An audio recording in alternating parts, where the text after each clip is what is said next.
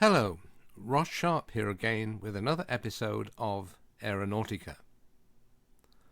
This rotorcraft fell between two stools, or two rotors, the Westland Belvedere HC.1.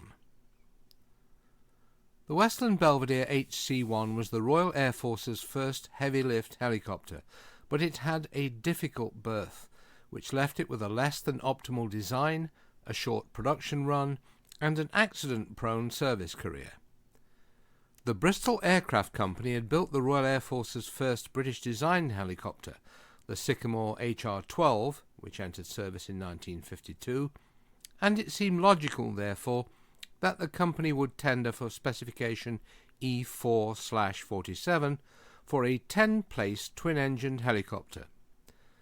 After a lot of design effort and wind tunnel testing, the first test example, the Type 173, emerged with two 575 horsepower Alvis Leonides piston engines and two three-bladed wooden Bristol Sycamore rotor heads, one at either end of a tubular fuselage.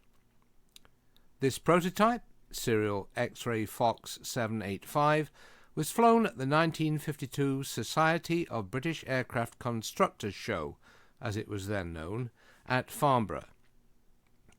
This was, of course, the tragic air show where the test pilot John Derry and his flight test observer Anthony Richards were killed in the crash of the DH-110 prototype, with 28 spectators being killed by debris. After trials of the big Bristol helicopter by both the Royal Navy and the Royal Air Force, no orders were forthcoming, and a major rework was undertaken.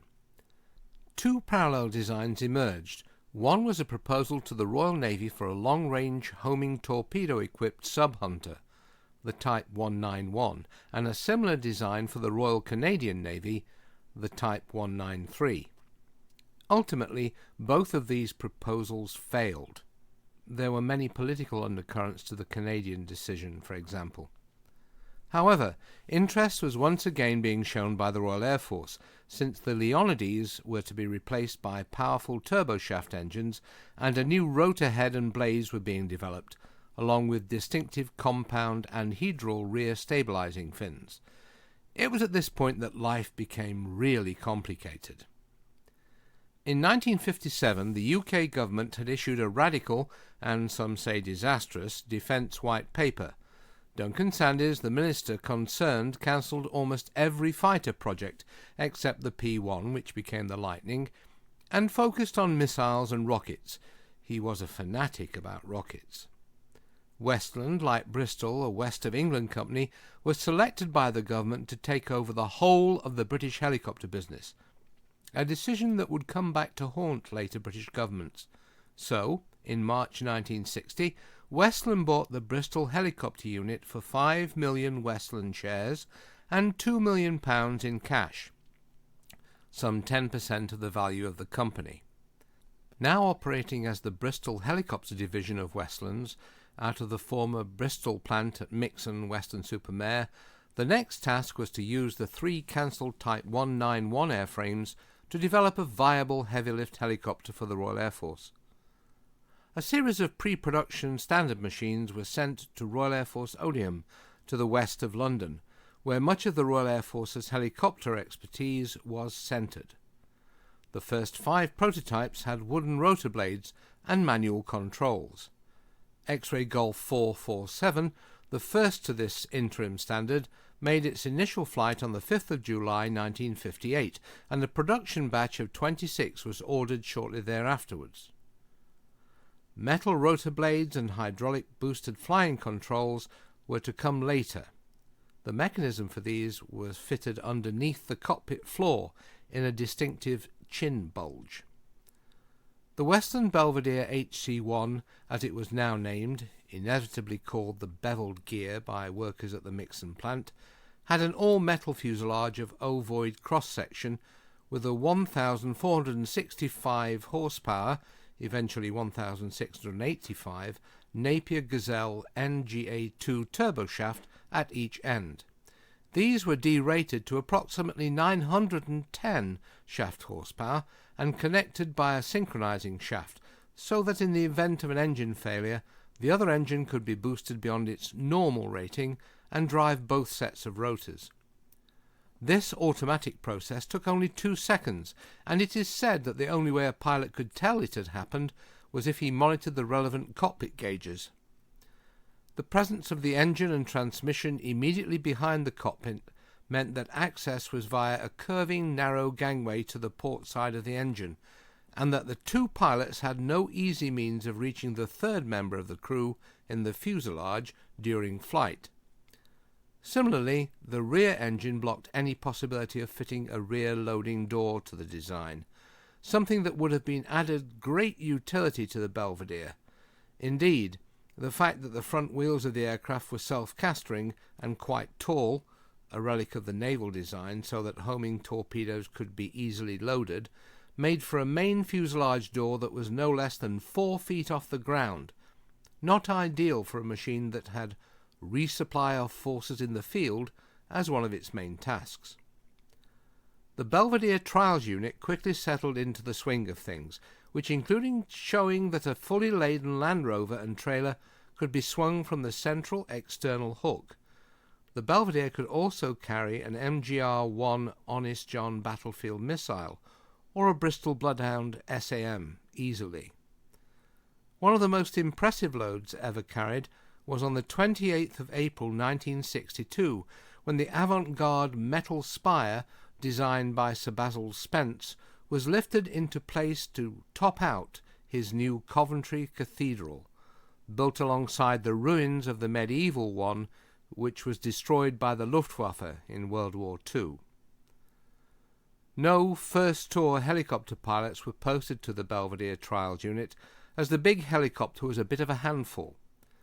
To start the twin turbo shafts, you had to select the appropriate AVPIN unit, then fire a starter cartridge, which compressed/ignited the volatile AVPIN, which is isopropyl nitrate or 2-propyl nitrate. AVPIN is a monopropellant which requires no oxygen to ignite it. It burns with a fierce invisible flame and can be classified as a low-grade explosive. A few of the early jets, such as the Gloucester Javelin and some Hawker Hunters, also used AVPIN, and there were many fires and accidents caused by this compound. Another problem was the fact that a major byproduct of AVPIN combustion is gaseous hydrocyanic acid, HCN, which caused streaming eyes and throat problems. The trials unit was formed into No. 66 Squadron, motto, "Beware, I have warned," which was sent overseas shortly after demonstrating their prowess by unloading Land Rovers and troops onto barges floating on the River Thames during the 1961 Lord Mayor's Show. The Belvedere was also used by No. 26 and 72 Squadrons, which went to Aden, Royal Air Force Corps Maxar, and Germany, Royal Air Force Gütersloh, respectively.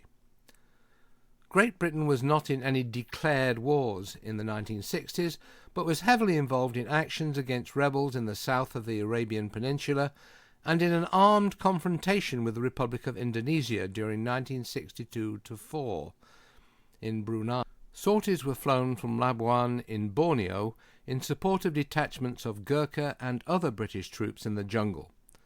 I am told that the priorities in loads were A. Mail, B. Beer, C. Food, in that order. What with flying in replacements and performing Kasivac sorties, the Belvederes were kept very busy. They could even lift out downed Westland Whirlwind helicopters, licence-built Sikorsky S-55s, from the jungle, when the engine and rotor blades had been removed. The jungle was certainly unforgiving when it came to aircraft crashes. In May 1962, a Belvedere went down near Long Poi Sai in Borneo, killing all 16 on board, including 3 leading members of No. 22 Special Air Services Regiment. Meanwhile, 26 Squadron were deeply engaged in supporting British troops, including the Parachute Regiment, Royal Marines, and 3rd Royal Anglian Regiment, in and around Aden, in their actions against the Front for the Liberation of Occupied South Yemen, known as FLOSSY, and the National Liberation Front, NLF, and other groups. The helicopters had to be armed when they were flying resupply and support missions over the Radfan Mountains north of Aden. Both GPMG and Bren .303 machine guns could be fitted to the waist door, but No. 26 had no gunners. Consequently, No. 8 Squadron Royal Air Force, who were using their Avro-Shackleton maritime patrol aircraft in an unconventional land attack role in the Aden territory, loaned some of their air gunners to No. 26. There were some difficulties with maintenance. Changing a set of rotor blades was a skilled job involving a team of technicians, as was balancing the synchronizing shaft and changing the slip rings on the rotor head, associated with the rotor blade strain gauges. Sadly, there were several fatal crashes. On 30th July 1962, X-Ray Golf 465, J of 72 Squadron Royal Air Force, suffered an engine failure and a rotor blade impacted the fuselage. This Belvedere crashed northwest of Royal Air Force Gütersloh in Germany, with all 6 occupants on board being killed. The Belvedere could carry 8 to 12 stretcher cases, plus up to 3 medical attendants, 19 fully equipped troops, or 6,000 pounds of cargo internally. But despite Westland taking a full-page advertisement in flight following the 1962 Royal Air Force exercise Spearpoint in support of the British Army, saying this demonstrated the versatility of the Belvedere and the need for many helicopters of this class to increase the mobility and communications of forward battle troops. The Ministry of Defence was not moved. Neither was the Australian government, despite the fact that their army was in favour of purchasing the Belvedere. Also, the attempt to market a civilian version, the Type 192C, which was 4 inches wider than the military version and could carry 17 passengers in VIP class or 27 in economy, was a failure, despite the fact that a loaned Belvedere was flown between Battersea Heliport in the centre of London and Paris in 1 hour and 41 minutes, attaining a speed of 154 miles per hour as the fuel burnt off. British European Airways were not sufficiently impressed, and no civil orders ensued. Sadly, the last example of the Royal Air Force's first twin-engine, twin-rotor helicopter left the production line in June 1962. The type was withdrawn from Royal Air Force service on the 17th of March 1969, with a mass flypast by helicopters of No. 66 Squadron, which was then disbanded. They had been supporting British forces in the jungles of Malaysia from their base at Royal Air Force Seletar on the island of Singapore. As an aside, it is a quirk of aviation history that no less than 5 Royal Air Force types, the Westland Belvedere, the Blackburn Beverley, the Supermarine Spitfire, the Bristol Beaufighter and the de Havilland Mosquito, should all have performed their last Royal Air Force operational flights from Seletar. Despite such a small production run, no less than 3 airframes have made it into preservation, along with parts of a 4th. The Helicopter Museum at Weston-super-Mare, a marvellous facility founded by my old BAPC colleague Elfan Apris, has X-Ray Golf 452 under restoration and holds the nose section of X-Ray Golf 462 as well. As you would expect, the Royal Air Force Museum, London, has X-Ray Golf 474 on display, one of the very last Belvederes, and one which took part in the disbandment flypast by No. 66 Squadron at Seletar. Here you can see probably the most unusual of the 3 survivors, X-Ray Golf 454, an aircraft with an unfortunate history. It was the 7th of the Belvederes built to pre-production standard and delivered on the 17th of October 1960 to the Belvedere Trials Unit at Odium. Unfortunately, it crashed the very next month, although repairs were successful, and it was reissued to the BTU in March 1961. It only lasted another 5 months, however, as it crashed, again, on the 30th of August. This was the end of its flying days, as it became an instructional airframe with the serial number 8366 Mike. Eventually, it was sent to the Museum of Science and Industry at Manchester, where you can see it on display in their beautiful Victorian Market Hall building, a difficult place to exhibit large objects in. The Westland Belvedere HC.1, a twin-engined rotorcraft ahead of its time.